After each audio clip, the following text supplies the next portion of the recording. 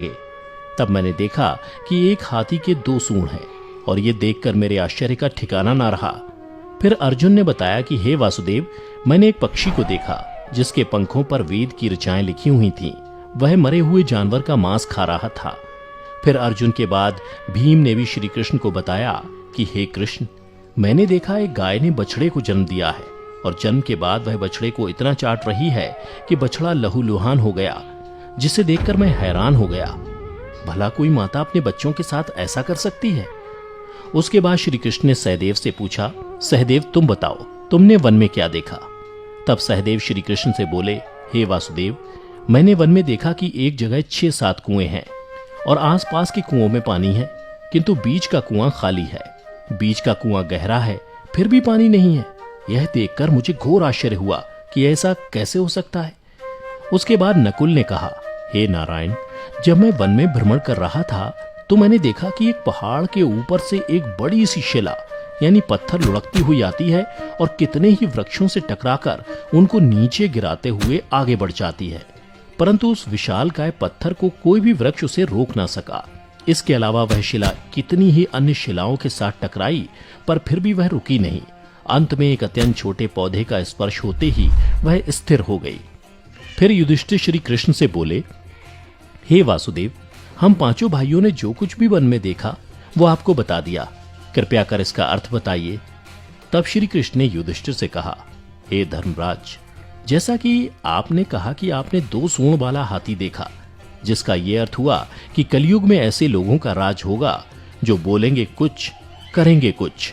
कलयुग के शासक अपनी प्रजा की सभी तरह से शोषण करेंगे। उनके मन में कुछ और होगा और दिखावे के लिए कुछ और करेंगे। अर्थात कलयुग में शासकों के लिए आम लोगों का कोई महत्व नहीं होगा, वो बस राज करने के लिए शासक होंगे। फिर श्री कृष्ण अर्जुन से बोले, हे धनंजय, जैसा कि तुमने देखा कि एक पक्षी के पंख पर वेद की ऋचाएं लिखी हुई थीं, लेकिन वह मरे हुए जानवर का मांस खा रहा था, जिसका अर्थ ये हुआ कि कलयुग में ऐसे लोग होंगे जो बड़े ज्ञानी और ध्यानी कहलाएंगे, किंतु उनके आचरण राक्षसी होंगे। कलयुग में लोग पंडित और विद्वान कहलाएंगे, किंतु यह विचार चलता रहेगा कि कोई मरे और उसकी सारी संपत्ति उसके नाम हो जाए। अर्थात कलयुग के मनुष्य धन और संपत्ति के लोभी होंगे, भले ही उनके पास कितना ही ज्ञान क्यों ना हो। इसके अलावा हे अर्जुन, कलयुग में हर जाति धर्म के प्रमुख पद पर बैठे लोग विचार करेंगे कि कब कोई किसी पद से हटे और हम उस पर विराजमान हो जाएं। कलयुग में ऐसे लोगों की संख्या बहुतायत होगी, कोई कोई विरला ही संत पुरुष होगा। अर्जुन के बाद श्री कृष्ण भीम से बोले, हे गदाधर, जैसा कि तुमने देखा कि एक गाय अपने बछड़े को इतना चाटने लगी कि वो बछड़ा लहूलुहान हो गया, अर्थात कलयुग की माता अपनी संतानों पर इतनी ममता बरसाएंगी कि बच्चों को खुद का विकास करने का मौका ही नहीं मिलेगा, जिसके कारण मोह माया में पड़कर वे बर्बाद हो जाएंगे। इसके अलावा किसी का बेटा घर छोड़कर साधु बनेगा तो हजारों व्यक्ति दर्शन करेंगे, किंतु जब मनुष्य का अपना बेटा साधु बनेगा तो रोएंगे कि मेरे बेटे का क्या होगा। इतनी सारी ममता होगी कि उसे मोह माया और परिवार में ही बांध कर रखेंगे और उसका जीवन वहीं खत्म हो जाएगा। अंत में बेचारा अनाथ होकर मरेगा।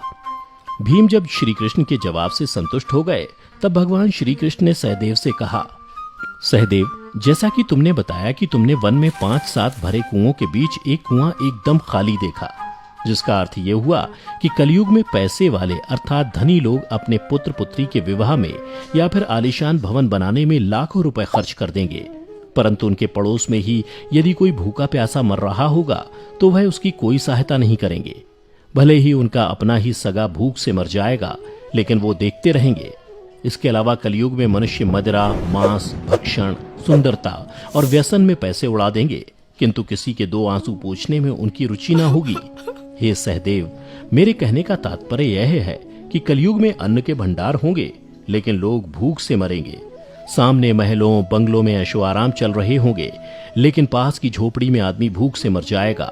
एक ही जगह पर असमानता अपने चरम पर होगी। श्री कृष्ण की बातें सुनकर सहदेव को सारी बातें समझ में आ गईं।